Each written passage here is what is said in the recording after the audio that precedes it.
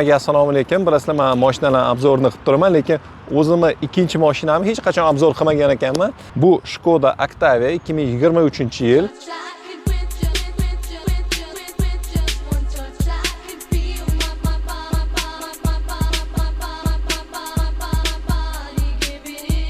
O'zbekistonda noyob bo'lgan avtomobil, chunki bulardan shaharda bo'lsa bir 10 ta yoki 12 ta bor. Bir paytlar Jizzax avto Volkswagen Skoda O'zbekistonda bo'lgan paytda shu avtomobillar obrazet sifatida olib kelgan. Men shu obrazetslardan bittasini sotib olgan. Bunaqa ko'k rangi faqat bitta O'zbekistonda, bu ham o'sha meni avtomobilim. Gabarit jihatdan gapiradigan bo'lsak, bu avtomobil C klass turkumiga kiradi. Uzunligi 4,7 metr. Masalan, Malibu bilan solishtiradigan bo'lsak, Malibudan 20 sm kichikroq, eniga 2 sm, bo'yiga 2 sm farq qiladi. Malibudan sal ixchamroq. Lekin buni o'sha klassida Hyundai Elantra, Kia Cerato degan avtomobillar bor. Ularga qaraganda klassda ancha katta va ancha sifatli mashina, chunki bu Yevropaning Volkswagen konserniga kiradigan Skoda avtomobili. Demak, bizda dvigatel bo'yicha 1.6 atmosferni 110 ot kuchiga ega bo'lgan dvigatel turibdi. 6 pog'onali avtomatik korobka, Yaponiyaning Aisin kompaniyasidan. Bu avtomobillarga o'zi 2 turbinagacha dvigatel qo'yiladi, lekin bu dvigatel O'zbekistonda bo'lgan Volkswagen Caddy avtomobili bilan bir xil. Bu avtomobil Volkswagen gruppasiga kiradigan Skoda konserni eng ko'p sotiladigan avtomobili. Buni juda ham sevib haydashadi. Nimaga? Buni kuzovi liftback. Liftback deganini yaxshi bilasizlar. Buni o'sha bagajniga orqa oyna bilan birga ko'tariladi. Bu juda ham katta bagajnik. Qarang, sensorlari bor. Knopka ochib yopiladi. Bu bazada bo'lmaydi. Bagajnik qismiga keladigan bo'lsak, bu yerda opsiyalari o'rnatilgan. Mana bunaqa opsiyali setkalar, mana bunaqa Simply Clever narsalari bor. Mana bu yerda yukxonani organizerlari bor. 12 voltli rozetka bor va masalan orqadan turib orqa o'rindiqlarni yig'sa bo'ladi. Nishada полноразмерный zapaska. Bu avtomobilga qimmatbaho Lumar ARX tonirovka o'rnatilgan.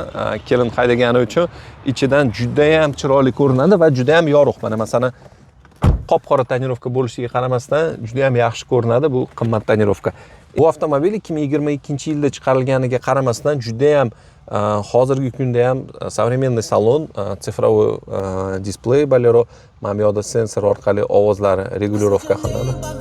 Skoda ruli Kodiaq ruliga o'xshaydi, lekin lepistoklari bor.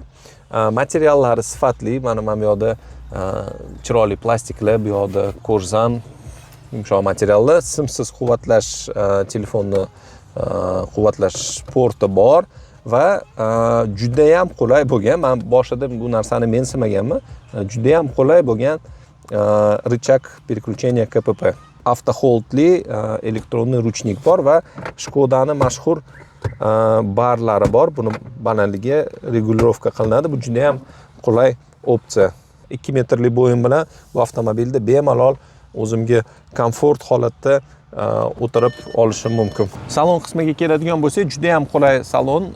Bu yerda eshik kartalari, bu yerda orqa tomonda yosh bolalarni o'rindig'ini, orqa eshiklarini bloklaydigan knopka bor.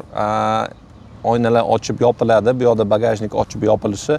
Bu yerda avtomatiskiy sveti bor, datchik dajda ham bor, yomg'irni datchigi bor. Kruiz kontroli bor. Kruiz kontroli oddiy. Orqaga yurishni ko'rsatadigan kamera ham bor. 360 kamerasi opsiya sifatida bo'lgani uchun bu avtomobilga qo'yilmagan. Bu yerda o'sha juda ham sifatli Skoda Kodiaqqa o'xshagan materiallar bor. Bu yer chiroqlari sensorli. Bu yerda ochki qo'yadigan joyi bor va Skoda Octavia'da panorama tom va lyuk bo'lmaydi, kuzov liftback bo'lganligi uchun. Bu avtomobil First Edition bo'lgani uchun regulirovkalari mexanический, lekin juda ham sifatli alkantara va charm ishlatilgan kombinirованный сиденье, bu sportivniy сиденье. Men hozir 2 metrli bo'yin bilan oldida bemalol o'tiribman. Endi orqaga sidenyadagi joylarni, orqa o'rindiqlardagi joylarni ko'rsatadigan bo'lsak, mana orqada bemalol joy turibdi. Bu ancha yirik avtomobil. Skoda avtomobillarini bilasizlar, Simply Clever narsalari ko'p. Mana o'zini zavodskoy zontlari ham bor. Bu eshikda ham, u eshikda ham spetsialniy joyi bor, zonti, shotkalari bor. Qishda muz, qor kurashga mana bu narsa ishlatiladi. Bu ham lupa sifatida ham ishlatsa bo'ladi. Bu mashinaga bemalol mana ko'rsatib qo'yilgan ron Bemalol 91-92 benzin quyib yursanglar bo'ladi, 95 quysanglar maza qilaveradi.